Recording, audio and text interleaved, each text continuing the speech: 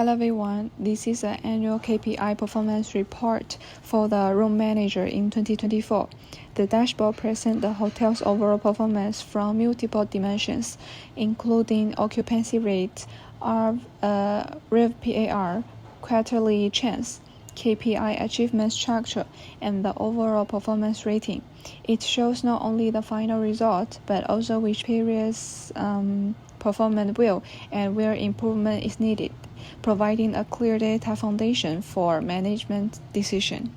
And now I will briefly analyze one of the most important indicators in this annual KPI report, the occupancy rate. Looking at the annual performance, the hotel achieved an average occupancy rate of 71.5% in 2024, while the target was 72%. Although it is slightly below the target, the gap is very small. This shows that overall operations is stable and the annual goal is basically achieved. When we examine the quarterly data, a clear seasonal pattern appears. In Q1, the occupancy rate is about 62%, which is relatively low. It rises to around 74% in Q2, and in Q3, it reaches a peak of about 82%, clearly exceeding the target and becoming the strongest quarter of the year. However, in Q4, it falls back to around 68%, again below the target. This figure highlights two key points. First, the hotel demonstrates strong capability in managing peaking seasons, especially in Q3. Second, during off-peak period, particularly in Q2 and Q4, the response to demand fluctuation appears conservative. Overall, even though the annual average is slightly below the target, the performance remains solid, with more flexible pricing and promotional strategies during off-seasons. The hotel can narrow the gaps in Q2 and Q4 and further improve its overall occupancy rate in the future. Okay, let's cut to the charts. RevPAR is 30% of our total performance goal for 2024. We hit an annual average RevPAR of 332.5 yuan, beating the 330 yuan target by solely 0.76%. That's solid because RevPAR is basically the bottom line for our room profitability, blending occupancy and pricing. Q3 was a home run with 385 yuan, driven by 82% peak season occupancy. But Q1 and Q4 lagged at 285 yuan and 315 yuan. Our off-season revenue game just isn't tight enough yet. We hit the annual RevPAR goal, but fixing those off-season gap will make this 30% weight work even harder for us in 2025. And now let's look at quarterly distribution, weighted at 20%. And the annual average occupancy is 71.5%. The quarterly gap is clear. Q1 is 62, Q2 is 74, Q3 peaks at 82%, and Q4 falls to 68%. This shows that performance is driven mainly by peak seasons, especially in Q3. The final result is not evenly generated but heavily put up by high-performing quarters. And next is KPI achievement structure, weighted at 15%. Q1 and Q3 are market exceeded, while Q2 and Q4 are slightly below. This creates a too-strong, too-weak pattern, meaning strong performance in high-demand period but weaker control in normal or declining phase.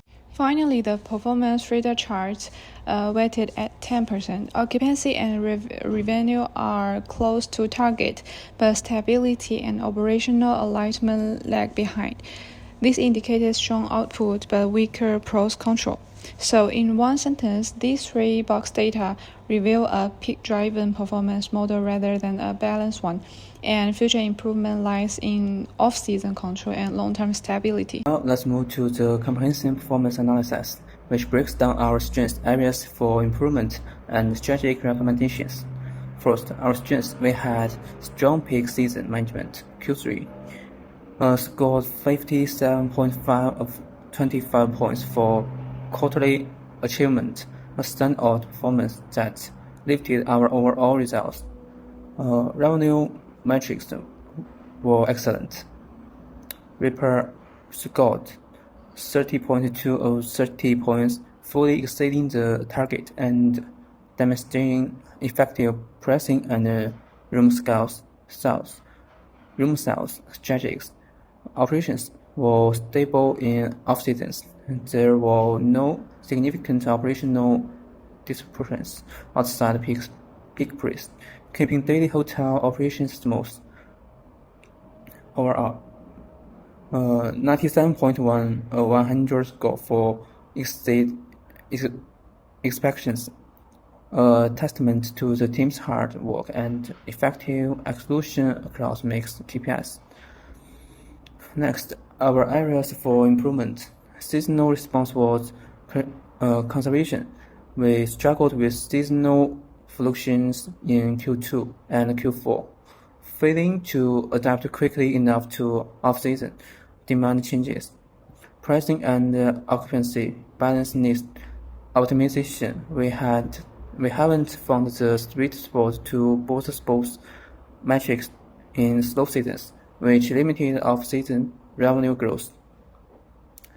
Operational stability missed the target slightly. At 95%, it fell 5% short of the 100% goal, with 14.3 of 15 points scored. Small gaps in process compliance lead to minor disruptions. Finally, our recommendations to address these gaps: implement flexible pricing and long-stay promotions, tailor rates for off-seasons, and offer discounts for extended stays to drive off-season occupancy. Strengthen post-holiday customer recovery. Launch target marketing campaigns after major holidays to win back guests and fill rooms in post-peak routes. Advanced planning for Q4. Non-holiday periods. Staff creating Q4 promotion strategies early to avoid last-minute adjustments and capitalize on potential off-season opportunities. Focus on maintaining operational excellence. Tighten process controls and conduct regular team training to push operational stability closer to the 100% target. This analysis shows we have strong foundations to build on, and addressing these improvement areas will help us achieve even more consistent performance in 2025. Okay, thank you.